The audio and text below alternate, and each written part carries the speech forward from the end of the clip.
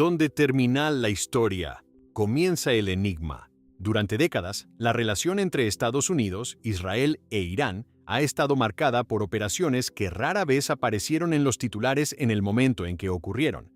Algunas se desarrollaron en silencio dentro de laboratorios nucleares, otras en calles vigiladas o en oficinas gubernamentales cerradas al público.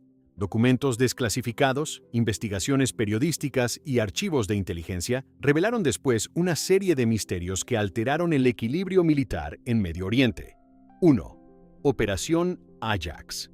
En agosto de 1953, una operación encubierta alteró el rumbo político y militar de Irán de una manera que continuaría influyendo en la región durante décadas.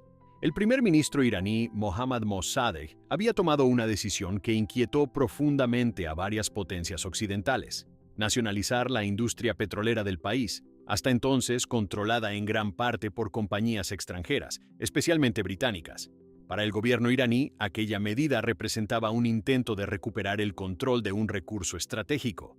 Para Estados Unidos y el Reino Unido, en cambio, el movimiento amenazaba intereses económicos y, según algunos funcionarios de la época, podía abrir la puerta a una mayor influencia soviética en Medio Oriente.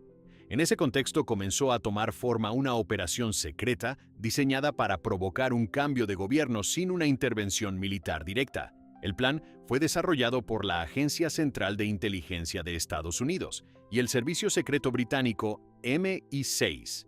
Dentro de los documentos internos, la operación recibió el nombre de Ajax. Su objetivo era debilitar políticamente a Mossadegh y restaurar el poder del Shah Mohammad Reza Pahlavi, quien había abandonado temporalmente el país durante la crisis. Los archivos desclasificados décadas después revelan que la estrategia incluía una combinación de propaganda, manipulación política y movilización de sectores sociales específicos dentro de Irán. Agentes estadounidenses y británicos comenzaron a financiar campañas mediáticas destinadas a desacreditar al primer ministro. Algunos periódicos publicaron artículos que acusaban a Mossadegh de simpatizar con el comunismo o de intentar desestabilizar las instituciones del país.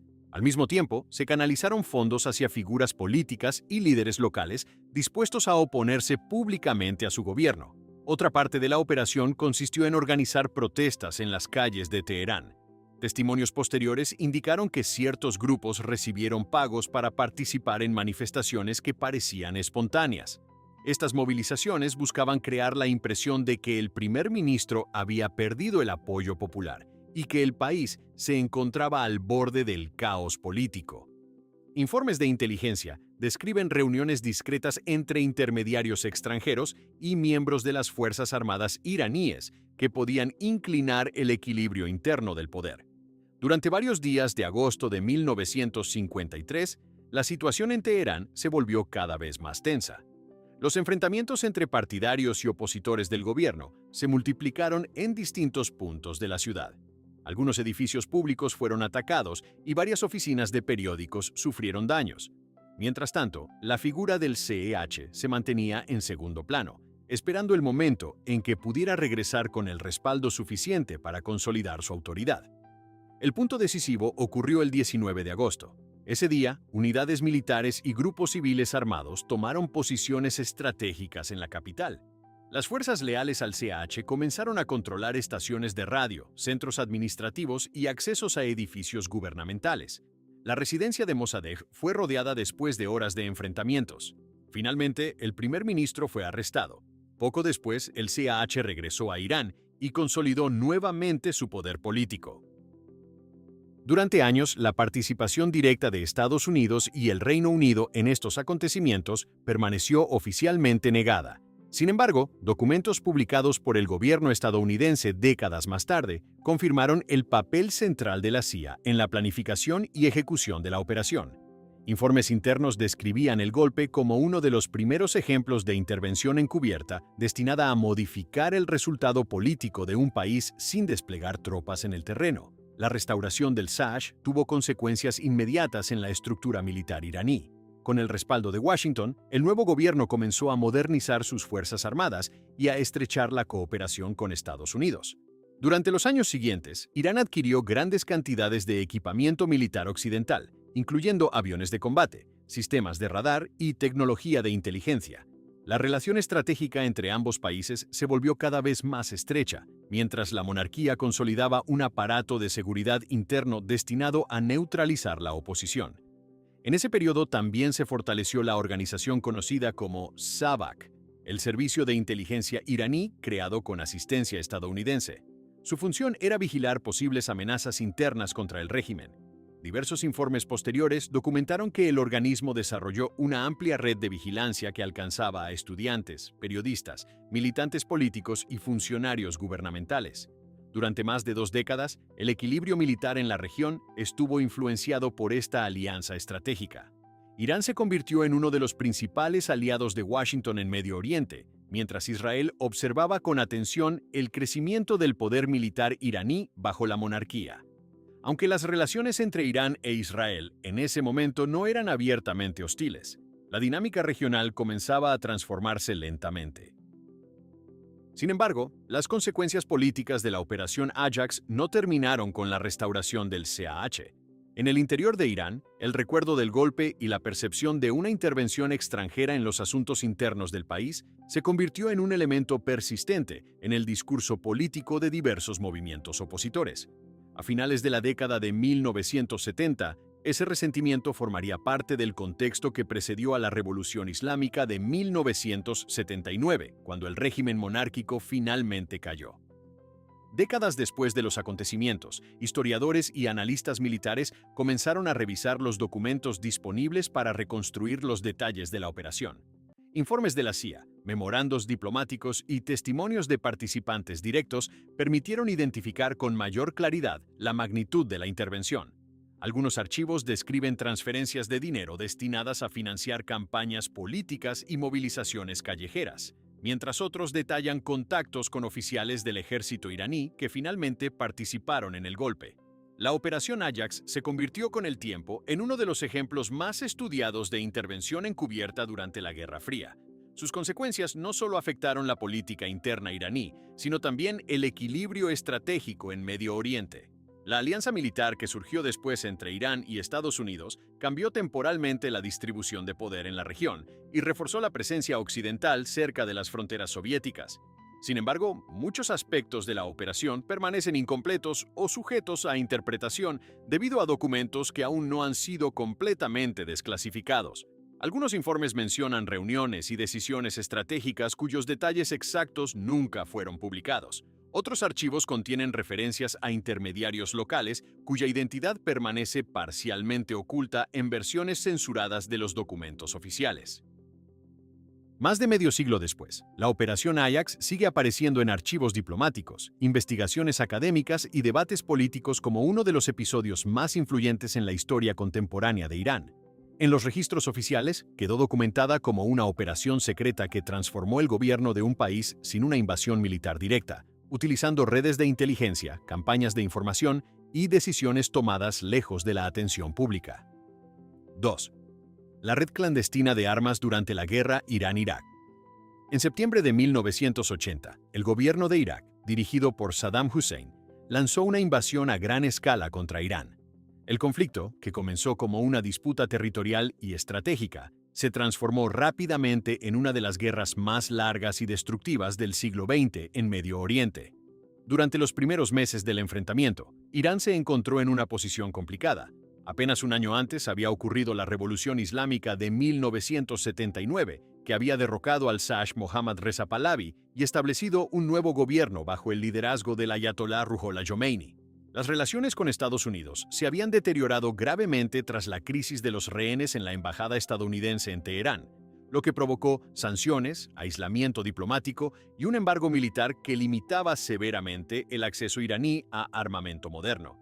A pesar de ese aislamiento oficial, con el paso de los años comenzaron a surgir indicios de que Irán estaba obteniendo armas a través de canales inesperados. Informes de inteligencia, investigaciones periodísticas y posteriormente documentos gubernamentales revelaron la existencia de una compleja red clandestina de transferencias de armamento que involucraba intermediarios en varios países. Parte de ese flujo de armas incluía equipamiento de origen estadounidense que llegaba a Irán a través de rutas indirectas, con la participación de intermediarios vinculados a Israel y con conocimiento de ciertos sectores dentro del gobierno estadounidense. El contexto de la guerra era extremadamente volátil. Irak recibía apoyo militar y financiero de varios países árabes del Golfo, además de asistencia tecnológica de potencias occidentales y de la Unión Soviética.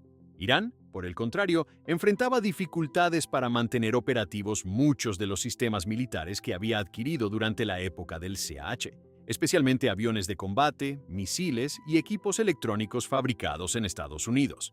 Sin acceso oficial a repuestos ni mantenimiento, parte de la infraestructura militar iraní corría el riesgo de quedar inutilizada. Fue en ese escenario cuando comenzaron a desarrollarse canales secretos de suministro.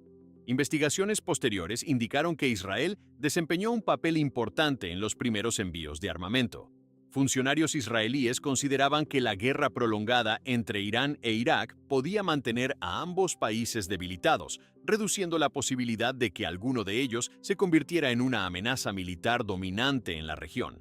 Bajo esa lógica estratégica, intermediarios israelíes facilitaron la venta de repuestos para equipos militares estadounidenses que Irán ya poseía, así como ciertos sistemas de armas que podían integrarse en su arsenal existente.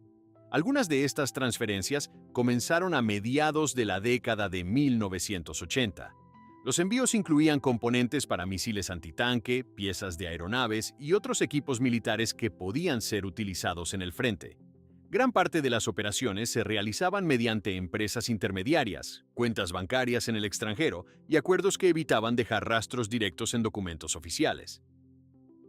La estructura de la red estaba diseñada para mantener la apariencia de que ningún gobierno occidental estaba violando abiertamente el embargo contra Irán. Sin embargo, la dimensión de estas operaciones se volvió más clara en 1986, cuando periodistas y analistas comenzaron a investigar una serie de transacciones sospechosas relacionadas con la venta de armas. Poco después, surgieron revelaciones que vincularon parte de estas transferencias con funcionarios dentro del gobierno estadounidense. El caso se conoció posteriormente como el escándalo Irán-Contra. De acuerdo con documentos oficiales publicados tras las investigaciones del Congreso de Estados Unidos, algunos funcionarios de la administración del presidente Ronald Reagan autorizaron la venta secreta de armas a Irán a través de intermediarios. El objetivo declarado era doble.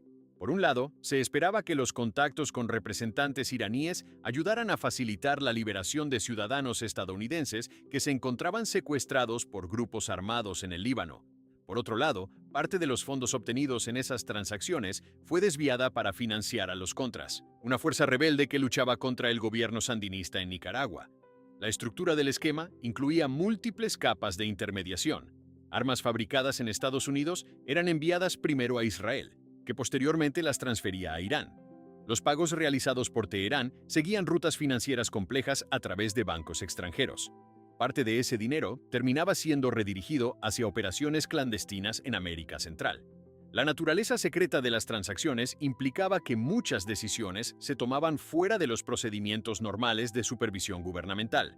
Cuando el escándalo salió a la luz en noviembre de 1986, provocó una crisis política significativa en Washington. Comisiones de investigación del Congreso comenzaron a revisar miles de documentos y a interrogar a funcionarios involucrados en las operaciones. Testimonios públicos revelaron detalles sobre reuniones secretas, memorandos confidenciales y transferencias de armas que se habían realizado durante varios años. Para Irán, estas transferencias representaban una fuente crítica de equipamiento militar en medio de un conflicto que continuaba intensificándose. La guerra con Irak se había convertido en una batalla de desgaste en la que ambos países sufrían enormes pérdidas humanas y materiales. El acceso a repuestos y armamento adicional permitía a las fuerzas iraníes mantener operativos ciertos sistemas militares clave. En Israel, el tema generó también debates internos. Algunos funcionarios defendían las transferencias argumentando que respondían a consideraciones estratégicas regionales. Otros cuestionaban los riesgos políticos de participar en operaciones que podían volverse públicas. Documentos diplomáticos publicados posteriormente muestran que las discusiones sobre estas decisiones se desarrollaron durante meses dentro de círculos gubernamentales. Mientras tanto, el conflicto entre Irán e Irak continuaba extendiéndose. Las batallas en el frente terrestre se combinaban con ataques a instalaciones petroleras, bombardeos de ciudades y enfrentamientos navales en el Golfo Pérsico. La guerra no terminaría hasta 1988, cuando ambos países aceptaron finalmente un alto el fuego mediado por las Naciones Unidas. Con el paso del tiempo, los archivos desclasificados y las investigaciones académicas permitieron reconstruir parcialmente la estructura de la red clandestina de armamento. Aunque muchos detalles permanecen incompletos, la documentación disponible muestra cómo las rivalidades estratégicas de la Guerra Fría, los intereses regionales y las decisiones tomadas en secreto convergieron en una serie de operaciones que conectaron a actores aparentemente enfrentados. La red de transferencias de armas durante la guerra Irán-Irak se convirtió en uno de los episodios más complejos de cooperación encubierta en la historia contemporánea de Medio Oriente. Sus implicaciones militares y políticas revelaron hasta qué punto los conflictos regionales podían entrelazarse con estrategias globales que rara vez eran visibles para el público en el momento en que ocurrían. 3. El sabotaje del reactor nuclear de Bushehr a finales del siglo XX, el programa nuclear iraní comenzó a convertirse en uno de los temas más sensibles en la política internacional de Medio Oriente. Entre los proyectos más importantes se encontraba la central nuclear de Bushehr, ubicada en la costa del Golfo Pérsico. El proyecto había comenzado originalmente durante la década de 1970, cuando el gobierno del Shah Mohammad Reza Pahlavi firmó acuerdos con empresas occidentales para construir varias plantas nucleares destinadas a la producción de energía. Sin embargo, la Revolución Islámica de 1979 interrumpió abruptamente esos planes. Las compañías extranjeras abandonaron el país y gran parte de la infraestructura quedó incompleta durante años. Durante la década de 1990, Irán decidió reactivar el proyecto de Bushehr con la ayuda de Rusia. La empresa estatal rusa Atomstroyexport asumió la tarea de completar la construcción del reactor. Para Teherán, la central representaba un paso importante hacia el desarrollo de energía nuclear civil. Sin embargo, varios gobiernos occidentales, así como Israel, observaron el proyecto con creciente preocupación. Aunque el reactor estaba destinado oficialmente a la producción de electricidad, algunos analistas temían que la infraestructura nuclear pudiera eventualmente facilitar el desarrollo de tecnología con aplicaciones militares. A medida que avanzaba la construcción, comenzaron a surgir reportes sobre retrasos técnicos inesperados. Equipos que debían llegar a tiempo sufrían demoras en la cadena de suministro. Algunas piezas entregadas por proveedores internacionales presentaban fallas que obligaban a reemplazarlas. Ingenieros que trabajaban en el proyecto reportaron problemas recurrentes en sistemas electrónicos y componentes industriales que debían cumplir estándares extremadamente precisos. Diversas investigaciones posteriores sugirieron que estos incidentes no siempre eran resultado de simples errores técnicos. Durante los años 2000, servicios de inteligencia occidentales comenzaron a desarrollar una estrategia destinada a frenar el progreso del programa nuclear iraní sin recurrir a un ataque militar directo. Un ataque convencional contra una instalación nuclear podía desencadenar un conflicto regional de gran escala y provocar graves consecuencias ambientales. Por esa razón, la opción del sabotaje industrial empezó a considerarse como una alternativa menos visible. Según informes publicados por medios internacionales y análisis de especialistas en seguridad, varios métodos de interferencia fueron utilizados para ralentizar proyectos nucleares iraníes. Algunos consistían en introducir componentes defectuosos dentro de la cadena de suministro industrial. Empresas intermediarias podían vender equipos aparentemente normales que, bajo determinadas condiciones de operación, comenzaban a fallar de manera inesperada. En instalaciones altamente complejas como una planta nuclear, incluso pequeñas irregularidades podían obligar a detener sistemas completos durante largos periodos de revisión. Otro método implicaba presiones diplomáticas dirigidas a países y compañías que colaboraban con el proyecto. Estados Unidos ejerció durante años una intensa campaña para persuadir a gobiernos europeos y asiáticos de limitar su cooperación tecnológica con Irán en el sector nuclear. Documentos diplomáticos indican que Washington advertía sobre posibles sanciones a empresas que participaran en el suministro de ciertos equipos sensibles. Al mismo tiempo, Israel seguía de cerca el desarrollo de la planta de Bushehr. Para los estrategas israelíes, la posibilidad de que Irán desarrollara infraestructura nuclear avanzada representaba un cambio potencial en el equilibrio militar regional. Informes publicados en la prensa internacional mencionaron que agencias de inteligencia israelíes también participaron en operaciones destinadas a retrasar los avances del programa nuclear iraní mediante acciones encubiertas. Durante varios años, la construcción del reactor de Bushehr continuó avanzando de manera irregular. En distintos momentos se anunciaban nuevas fechas de finalización que posteriormente debían ser postergadas. Ingenieros rusos responsables del proyecto explicaban estos retrasos como resultado de dificultades técnicas asociadas con la adaptación de infraestructura antigua a nuevos estándares de seguridad nuclear. Sin embargo, analistas internacionales observaban que la acumulación de problemas técnicos era inusualmente frecuente. En 2007, informes de prensa citaron a funcionarios rusos que mencionaban retrasos relacionados con la entrega de combustible nuclear necesario para poner en marcha el reactor. Las autoridades iraníes respondieron señalando que los obstáculos formaban parte de presiones políticas internacionales destinadas a frenar el proyecto. Aunque Moscú mantenía oficialmente su compromiso con la finalización de la planta, las tensiones diplomáticas alrededor del programa nuclear iraní seguían intensificándose. Paralelamente, agencias de inteligencia occidentales comenzaron a concentrar esfuerzos en otras instalaciones nucleares iraníes relacionadas con el enriquecimiento de uranio, como el complejo de Natanz.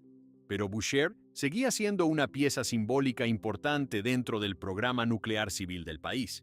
Finalmente, después de décadas de retrasos, el reactor de Bushehr fue conectado a la red eléctrica iraní en 2011. El evento fue presentado por el gobierno iraní como una demostración de resiliencia tecnológica frente a presiones internacionales. Sin embargo, para entonces ya existía una amplia documentación que sugería que el desarrollo del programa nuclear iraní había sido objeto de una extensa campaña de sabotaje industrial y presión diplomática durante años. Investigadores especializados en proliferación nuclear comenzaron a examinar archivos técnicos, reportes industriales y declaraciones de funcionarios para reconstruir la cronología de los retrasos. Algunos estudios indicaron que múltiples incidentes aparentemente aislados podían formar parte de una estrategia más amplia destinada a ralentizar el progreso tecnológico de Irán.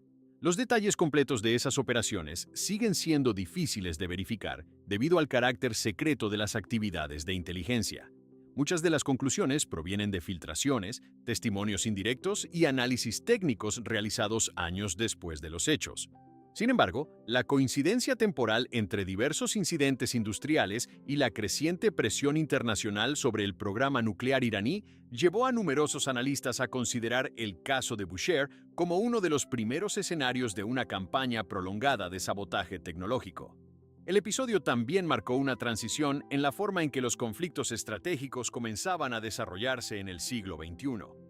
En lugar de ataques militares visibles, algunas potencias empezaron a recurrir con mayor frecuencia a operaciones encubiertas destinadas a interferir con infraestructura crítica, cadenas de suministro y sistemas industriales complejos. Estas tácticas permitían retrasar programas estratégicos sin generar inmediatamente un conflicto abierto entre estados. La historia del reactor de Bushehr quedó registrada en informes técnicos, archivos diplomáticos y estudios de seguridad internacional como un ejemplo de cómo la competencia estratégica entre países puede trasladarse al terreno de la tecnología y la industria. Detrás de los retrasos, las fallas técnicas y las negociaciones diplomáticas, existía un escenario mucho más amplio de rivalidad geopolítica que transformaba silenciosamente el equilibrio militar en Medio Oriente. 4. El virus Stuxnet. En 2010, especialistas en seguridad informática comenzaron a analizar un programa malicioso que había sido detectado en varios sistemas industriales alrededor del mundo. A diferencia de la mayoría de los virus informáticos conocidos hasta ese momento, aquel software tenía una característica inusual. No estaba diseñado para robar información ni para bloquear computadoras personales. Su estructura indicaba que había sido creado específicamente para infiltrarse en sistemas industriales altamente especializados. Los investigadores pronto le dieron un nombre que aparecería repetidamente en informes de seguridad digital: Stuxnet. El descubrimiento se produjo cuando una empresa de ciberseguridad en Bielorrusia analizó el comportamiento extraño de un virus que se propagaba en computadoras que utilizaban el sistema operativo Windows. Sin embargo, el código del programa revelaba algo más complejo. Dentro de sus miles de líneas de programación se encontraban instrucciones diseñadas para interactuar con controladores industriales fabricados por la empresa alemana Siemens.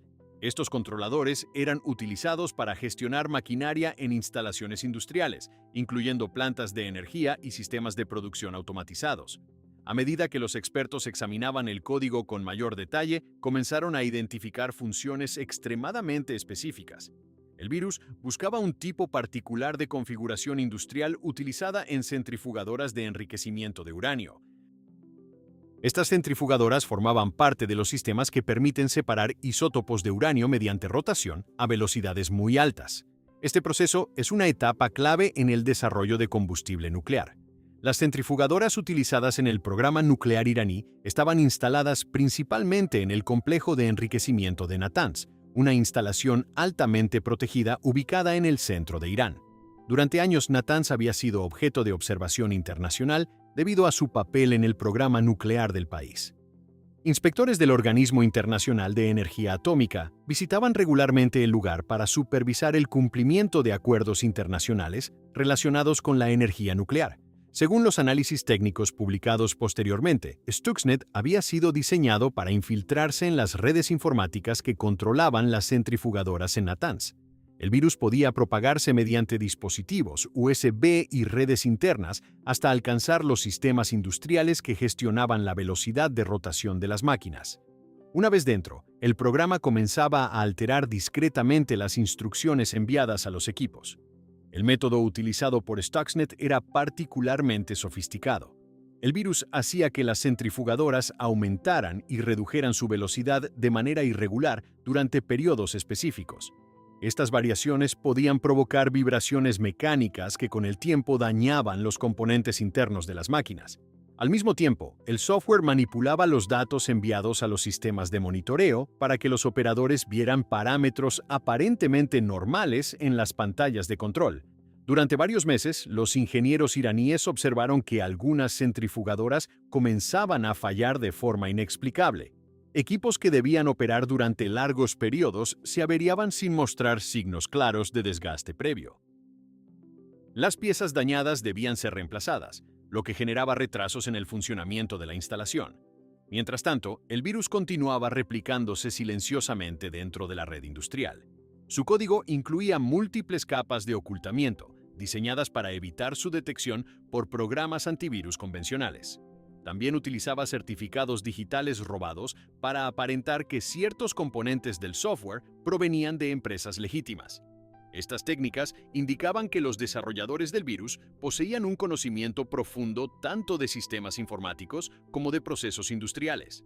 A medida que el análisis del código se expandía, expertos en ciberseguridad comenzaron a sospechar que el desarrollo de Stuxnet requería recursos que normalmente solo estaban disponibles para gobiernos. La complejidad del programa, su objetivo extremadamente específico y la precisión con la que interactuaba con sistemas industriales sugerían la participación de equipos de ingeniería altamente especializados. Aunque ningún gobierno reconoció oficialmente haber desarrollado el virus, múltiples investigaciones periodísticas y análisis de expertos señalaron a Estados Unidos e Israel como posibles responsables de la operación. Informes publicados por diversos medios internacionales describieron una iniciativa conjunta destinada a ralentizar el progreso del programa nuclear iraní sin recurrir a un ataque militar directo. Según estas investigaciones, la operación habría comenzado varios años antes del descubrimiento público del virus. Equipos de ingenieros habrían trabajado en la creación de un programa capaz de infiltrarse en instalaciones industriales específicas y manipular su funcionamiento sin alertar inmediatamente a los operadores humanos. Parte de las pruebas del software, según algunos reportes, se habrían realizado en instalaciones experimentales que reproducían el funcionamiento de centrifugadoras similares a las utilizadas en Natanz. En 2010, el virus finalmente fue identificado por especialistas en seguridad digital cuando comenzó a propagarse fuera de los sistemas para los que había sido diseñado. Aunque su objetivo principal parecía estar concentrado en Irán, algunas variantes del programa aparecieron en computadoras de otros países. Este hecho permitió a los investigadores acceder al código y examinarlo con mayor detalle. Los análisis realizados por expertos revelaron que Stuxnet contenía múltiples vulnerabilidades desconocidas del sistema operativo Windows, conocidas como exploits de día cero. Estas herramientas permitían al virus infiltrarse en sistemas informáticos sin ser detectado por los mecanismos de seguridad existentes. El uso de varias vulnerabilidades simultáneamente indicaba una inversión considerable de tiempo y recursos en el desarrollo del programa. En los meses posteriores al descubrimiento, especialistas en seguridad industrial concluyeron que el virus había logrado dañar un número significativo de centrifugadoras en Natanz. Informes del Organismo Internacional de Energía Atómica registraron una reducción temporal en la cantidad de máquinas operativas dentro de la instalación durante el periodo en que el virus estaba activo. El caso de Stuxnet marcó un punto de inflexión en la historia de los conflictos internacionales. Por primera vez se documentaba ampliamente un ataque cibernético capaz de causar daños físicos en infraestructura industrial crítica. El incidente demostró que las redes digitales podían convertirse en un nuevo campo de confrontación estratégica entre estados. A partir de ese momento, gobiernos y expertos en seguridad comenzaron a prestar mayor atención a la protección de sistemas industriales conectados a redes informáticas.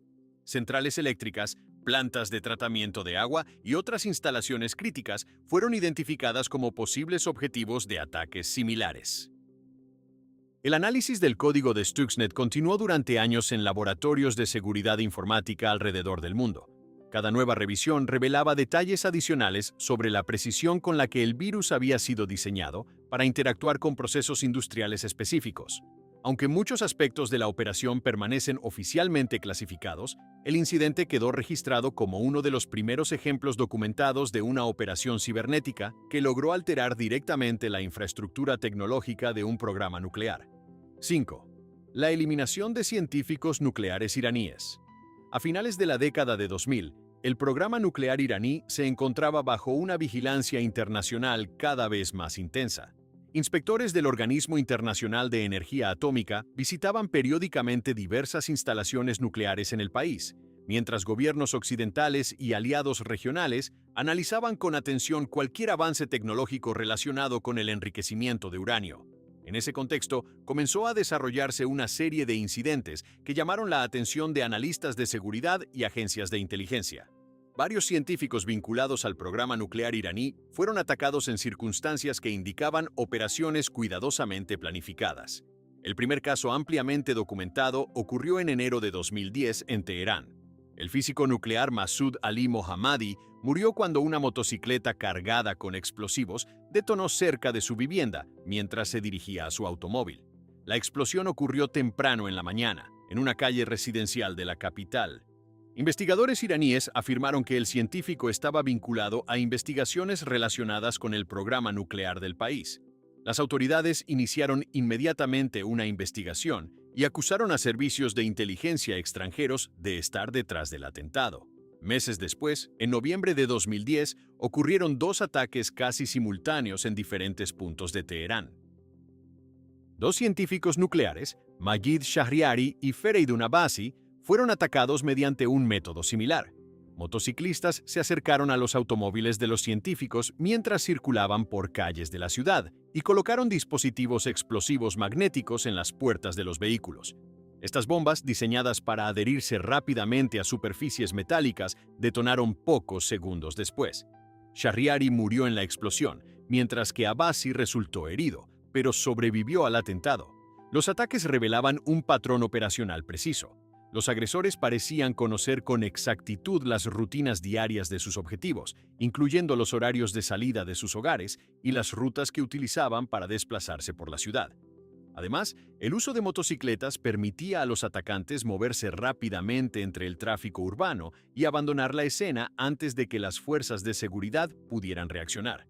En los meses y años siguientes, otros incidentes similares ocurrieron contra figuras vinculadas al programa nuclear iraní.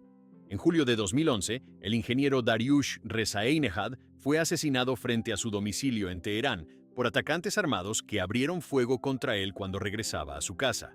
Rezaienehad estaba asociado con investigaciones relacionadas con electrónica de alta precisión, un campo que podía tener aplicaciones en tecnología nuclear avanzada. El patrón continuó en enero de 2012 con el asesinato de Mostafa Ahmadi Roshan, un ingeniero químico que trabajaba en la instalación de enriquecimiento de uranio de Natanz. Al igual que en ataques anteriores, el método utilizado fue una bomba magnética adherida al automóvil de la víctima por un motociclista en movimiento. La explosión ocurrió durante el trayecto matutino del ingeniero hacia su lugar de trabajo. El conductor del vehículo también murió en el atentado. Cada uno de estos incidentes provocó reacciones inmediatas dentro del gobierno iraní. Las autoridades afirmaron repetidamente que los ataques formaban parte de una campaña organizada destinada a debilitar el programa nuclear del país. Funcionarios iraníes señalaron públicamente a agencias de inteligencia extranjeras, especialmente al Servicio de Inteligencia Israelí, conocido como Mossad. También mencionaron posibles colaboraciones con otros servicios occidentales. Aunque Israel nunca confirmó oficialmente su participación, numerosos informes de prensa internacional citaron a funcionarios anónimos de inteligencia que sugerían la existencia de operaciones encubiertas destinadas a ralentizar el progreso del programa nuclear iraní. Algunos reportes indicaban que estas operaciones formaban parte de una estrategia más amplia que incluía sabotaje industrial, ciberataques y acciones de inteligencia dirigidas contra personal científico clave. Investigaciones posteriores también señalaron que las operaciones requerían una infraestructura logística considerable dentro de Irán. Los atacantes debían obtener información detallada sobre las actividades profesionales y personales de los científicos, así como acceso a vehículos, explosivos especializados y rutas de escape seguras. Analistas de seguridad indicaron que estas características sugerían la existencia de redes clandestinas capaces de operar dentro del país durante periodos prolongados. En respuesta a los ataques, el gobierno iraní reforzó las medidas de seguridad para científicos e ingenieros involucrados en proyectos nucleares. Se implementaron escoltas armadas para algunos investigadores y se introdujeron protocolos de seguridad adicionales en instalaciones estratégicas. Sin embargo, la serie de incidentes ya había generado preocupación entre miembros de la comunidad científica iraní que trabajaban en sectores sensibles. En 2012, las autoridades iraníes anunciaron la detención de varios sospechosos acusados de colaborar con servicios de inteligencia extranjeros en la planificación de los asesinatos. Durante juicios posteriores, algunos acusados declararon haber recibido entrenamiento en el extranjero antes de regresar a Irán para participar en operaciones clandestinas. Los detalles completos de estos casos permanecen en gran parte clasificados o limitados a informes oficiales. La eliminación de científicos nucleares representaba una táctica diferente dentro de la estrategia internacional dirigida contra el programa nuclear iraní. En lugar de atacar directamente instalaciones industriales o infraestructuras, las operaciones se enfocaban en individuos que desempeñaban roles clave en el desarrollo tecnológico. Desde una perspectiva estratégica, la pérdida de personal altamente especializado podía ralentizar proyectos complejos que dependían de conocimientos técnicos específicos. Analistas militares observaron que esta clase de operaciones encubiertas buscaba generar retrasos en programas científicos sin provocar un enfrentamiento militar directo entre estados. El uso de métodos discretos y ataques selectivos permitía mantener cierto grado de ambigüedad sobre la autoría de las acciones. Mientras tanto, el programa nuclear iraní continuó avanzando bajo una combinación de presión internacional, sanciones económicas y negociaciones diplomáticas. A lo largo de los años siguientes, las conversaciones entre Irán y varias potencias mundiales condujeron a acuerdos temporales destinados a limitar ciertas actividades nucleares a cambio de alivio en las sanciones. La serie de asesinatos de científicos quedó registrada en informes de seguridad internacional como uno de los episodios más delicados dentro de la confrontación encubierta alrededor del programa nuclear iraní. Aunque muchos detalles sobre la planificación y ejecución de las operaciones siguen siendo objeto de investigación, los incidentes mostraron hasta qué punto la competencia estratégica entre estados podía extenderse más allá de los campos de batalla tradicionales hacia el ámbito de la inteligencia, la tecnología y la investigación científica. 6. La captura del archivo nuclear iraní en Teherán. Durante años, el programa nuclear iraní fue objeto de investigaciones, inspecciones internacionales y debates diplomáticos que involucraban a múltiples gobiernos. Informes técnicos, declaraciones oficiales y documentos filtrados alimentaban una discusión constante sobre el alcance real de las actividades nucleares del país. Sin embargo, en 2018 surgió un episodio que llamó la atención de analistas de inteligencia en todo el mundo. Una operación secreta había logrado extraer una enorme cantidad de documentos desde el interior de Irán, supuestamente relacionados con archivos históricos del programa nuclear. Según la información revelada posteriormente, la operación se centró en un edificio ubicado en un distrito industrial de Teherán. Desde el exterior, el lugar parecía un almacén ordinario utilizado para guardar materiales comerciales. No había señales visibles de que el edificio estuviera vinculado con documentos estratégicos o archivos gubernamentales sensibles. Sin embargo, informes de inteligencia indicaban que en el interior se conservaban miles de páginas de documentos, planos técnicos y archivos digitales relacionados con investigaciones nucleares realizadas en años anteriores. De acuerdo con reportes publicados por diversos medios internacionales, el servicio de inteligencia israelí, conocido como Mossad, había identificado el edificio después de años de recopilación de información. Analistas israelíes creían que el almacén contenía parte de un archivo histórico que documentaba investigaciones nucleares desarrolladas por Irán antes de que el programa fuera sometido a supervisión internacional más estricta. La planificación de la operación habría requerido una extensa fase de vigilancia y análisis logístico. Equipos de inteligencia debían determinar la ubicación exacta del edificio, sus sistemas de seguridad y los horarios de vigilancia. Informes posteriores indicaron que el lugar estaba protegido por puertas metálicas reforzadas y sistemas de alarma diseñados para detectar intrusiones. Según la información divulgada por el gobierno israelí en 2018, la operación se llevó a cabo durante una sola noche. Un equipo de agentes habría ingresado al edificio y accedido a una sala donde se encontraban decenas de cajas fuertes metálicas. Cada una de ellas contenía documentos y dispositivos de almacenamiento digital relacionados con investigaciones nucleares. Los agentes utilizaron herramientas especiales para abrir las cajas fuertes en un tiempo limitado, ya que debían completar la operación antes de que comenzaran los turnos matutinos de vigilancia. El material recuperado incluía miles de páginas impresas, discos compactos y archivos digitales. Los documentos contenían diagramas técnicos, informes de investigación, fotografías y presentaciones relacionadas con proyectos nucleares desarrollados durante décadas anteriores. Según las autoridades israelíes, el conjunto de archivos representaba uno de los mayores volúmenes de información obtenidos en una operación de inteligencia de ese tipo. Después de recopilar los documentos seleccionados, los agentes habrían abandonado el edificio antes del amanecer. Informes posteriores indicaron que el material fue transportado fuera de Irán a través de rutas clandestinas que involucraban múltiples etapas de traslado. Los detalles exactos de ese proceso no fueron revelados públicamente, pero analistas de inteligencia señalaron que operaciones de este tipo requieren una red logística extensa y la participación de numerosos intermediarios. Meses después de la supuesta operación, el primer ministro israelí Benjamin Netanyahu presentó públicamente parte de los documentos recuperados durante una conferencia en Tel Aviv. En una presentación transmitida internacionalmente, Netanyahu mostró carpetas, discos y fotografías que, según afirmó, provenían directamente del archivo nuclear iraní capturado en Teherán. El gobierno israelí sostuvo que los documentos demostraban la existencia de investigaciones relacionadas con el desarrollo potencial de armas nucleares en el pasado. Las autoridades iraníes respondieron rechazando las acusaciones y calificando la presentación como una operación de propaganda política. Funcionarios iraníes afirmaron que el país mantenía un programa nuclear estrictamente civil y que las acusaciones sobre proyectos militares carecían de fundamento. También cuestionaron la autenticidad de algunos documentos presentados por Israel. El episodio generó un intenso debate entre analistas internacionales y expertos en proliferación nuclear. Algunos especialistas indicaron que los documentos revelaban información técnica detallada sobre investigaciones realizadas durante los primeros años del programa nuclear iraní. Otros señalaron que gran parte de esa información ya había sido mencionada en informes anteriores del Organismo Internacional de Energía Atómica. Independientemente de las interpretaciones sobre el contenido de los documentos, la operación de inteligencia en sí misma fue considerada por muchos analistas como una de las más audaces de las últimas décadas.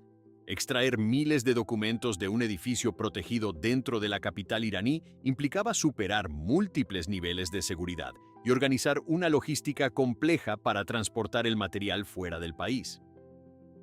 Investigadores en seguridad internacional también observaron que el episodio reflejaba la intensidad de la competencia estratégica entre Israel e Irán en torno al desarrollo nuclear. Durante años, ambos países habían participado en una serie de acciones encubiertas que incluían espionaje, ciberataques y operaciones de inteligencia dirigidas a recopilar información sobre capacidades tecnológicas y militares. La publicación de los documentos también influyó en el contexto político internacional. En ese momento, el acuerdo nuclear firmado en 2015 entre Irán y varias potencias mundiales se encontraba bajo revisión. El acuerdo había establecido límites al enriquecimiento de uranio iraní a cambio de la suspensión de ciertas sanciones económicas. Sin embargo, algunos gobiernos argumentaban que el acuerdo no abordaba completamente las preocupaciones relacionadas con investigaciones nucleares anteriores.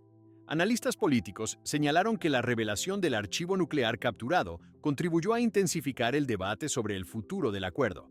La información presentada por Israel fue examinada por agencias de inteligencia y expertos técnicos en distintos países, mientras diplomáticos evaluaban sus posibles implicaciones. A pesar de las discusiones públicas, numerosos aspectos de la operación permanecen envueltos en secreto. Las identidades de los agentes que participaron en la misión nunca fueron reveladas oficialmente, y muchos detalles sobre la planificación logística continúan clasificados. Algunos informes sugieren que la recopilación de información que condujo a la localización del archivo pudo haber comenzado años antes de la operación final. El episodio quedó registrado en informes de inteligencia y análisis de seguridad como una de las operaciones encubiertas más significativas relacionadas con el programa nuclear iraní. Más allá del contenido específico de los documentos recuperados, la operación demostró hasta qué punto las agencias de inteligencia estaban dispuestas a llevar a cabo misiones complejas dentro de territorios altamente vigilados para obtener información estratégica. 7. El asesinato de Qasem Soleimani. En la madrugada del 3 de enero de 2020, una serie de explosiones iluminó el perímetro del Aeropuerto Internacional de Bagdad. Minutos antes, un convoy de vehículos había abandonado la zona de llegadas.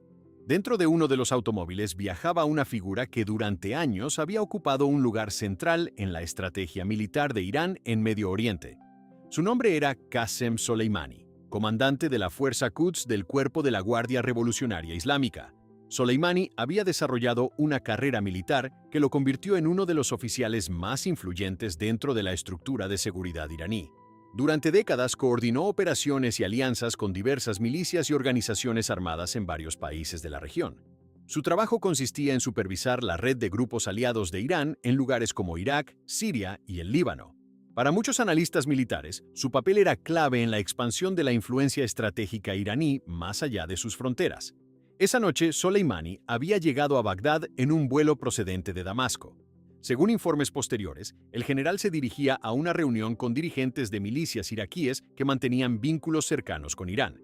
Entre las personas que lo recibieron en el aeropuerto se encontraba Abu Mahdi al-Muhandis, líder de las Fuerzas de Movilización Popular de Irak, una coalición de milicias que había participado activamente en la lucha contra el grupo Estado Islámico.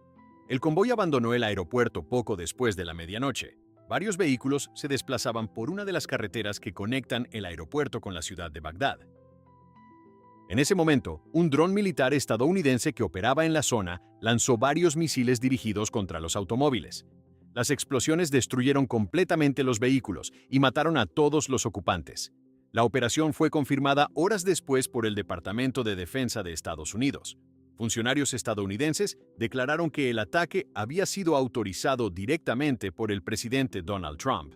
Según la declaración oficial, la decisión se tomó después de evaluar informes de inteligencia que indicaban que Soleimani estaba involucrado en la planificación de ataques contra intereses estadounidenses en la región. La noticia se difundió rápidamente por medios de comunicación de todo el mundo. Qasem Soleimani era considerado una de las figuras militares más influyentes de Irán, y su muerte representaba un evento sin precedentes en las relaciones entre Estados Unidos e Irán. Analistas de seguridad señalaron que pocas veces un alto comandante militar de ese nivel había sido eliminado directamente por una operación militar estadounidense en un tercer país.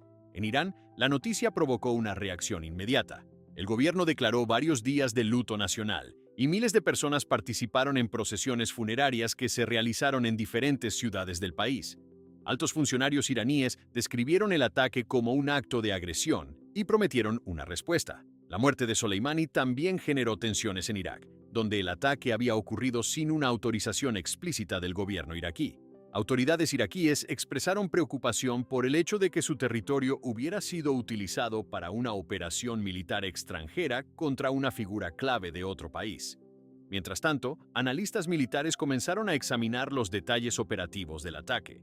El uso de drones armados permitía a las fuerzas estadounidenses realizar operaciones de precisión sin desplegar tropas en el terreno. Estos sistemas podían permanecer durante horas en el aire mientras observaban movimientos en áreas específicas antes de recibir la autorización final para lanzar misiles. Informes de inteligencia citados por medios internacionales indicaron que la localización de Soleimani había sido posible gracias a una combinación de vigilancia electrónica, seguimiento de comunicaciones y cooperación con servicios de inteligencia regionales. Aunque muchos detalles de la operación permanecen clasificados, varios reportes señalaron que la identificación del objetivo se produjo poco después de su llegada al aeropuerto de Bagdad. La muerte del comandante iraní también tuvo implicaciones directas para el equilibrio militar en Medio Oriente.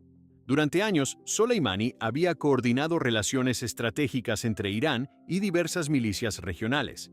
Su red de contactos incluía comandantes militares, líderes políticos y grupos armados que operaban en distintos países. En los días posteriores al ataque, Irán respondió lanzando misiles balísticos contra 2 bases militares en Irak que albergaban tropas estadounidenses. Aunque el ataque causó daños materiales y varios soldados estadounidenses resultaron heridos por las ondas expansivas, no se reportaron muertes directas. El episodio mostró hasta qué punto el incidente podía escalar rápidamente hacia un conflicto más amplio. Al mismo tiempo, la muerte de Soleimani provocó un debate internacional sobre las implicaciones legales y estratégicas de la operación. Algunos analistas argumentaron que el ataque representaba una medida preventiva contra amenazas futuras. Otros señalaron que eliminar a un alto comandante militar extranjero en territorio de un tercer país podía aumentar la inestabilidad regional. En Israel, el acontecimiento fue seguido con atención por autoridades de seguridad y analistas militares. Durante años, Soleimani había sido considerado uno de los arquitectos de la presencia militar iraní en Siria, una situación que Israel observaba como una amenaza estratégica directa. Informes de prensa indicaron que funcionarios israelíes habían advertido repetidamente sobre el papel de la Fuerza Quds en el fortalecimiento de grupos armados hostiles cerca de las fronteras israelíes. El asesinato de Soleimani también marcó un momento significativo en la evolución de las operaciones militares modernas. El uso de drones armados para eliminar objetivos específicos se había expandido durante los años anteriores en diversas regiones del mundo. Sin embargo, la eliminación de un comandante de tan alto rango elevó el nivel de atención internacional sobre este tipo de operaciones. Años después del ataque, investigadores y analistas continúan examinando documentos, declaraciones oficiales y reportes de inteligencia para reconstruir con mayor precisión la secuencia completa de decisiones que llevaron a la operación. Muchas partes del proceso de planificación permanecen clasificadas dentro de archivos militares y agencias de inteligencia. El ataque cerca del aeropuerto de Bagdad quedó registrado como uno de los episodios más significativos en la confrontación indirecta entre Estados Unidos e Irán durante el siglo XXI. La muerte de Qasem Soleimani alteró de forma inmediata la estructura de liderazgo dentro de la red militar iraní en la región y se convirtió en un punto de referencia en el análisis de las operaciones militares y de inteligencia que han moldeado el equilibrio estratégico en Medio Oriente. Durante décadas, muchas de estas operaciones permanecieron ocultas entre documentos clasificados, informes de inteligencia y decisiones tomadas lejos de la atención pública. Con el tiempo, fragmentos de esas historias comenzaron a salir a la luz, revelando cómo acciones silenciosas pueden alterar el equilibrio militar de toda una región.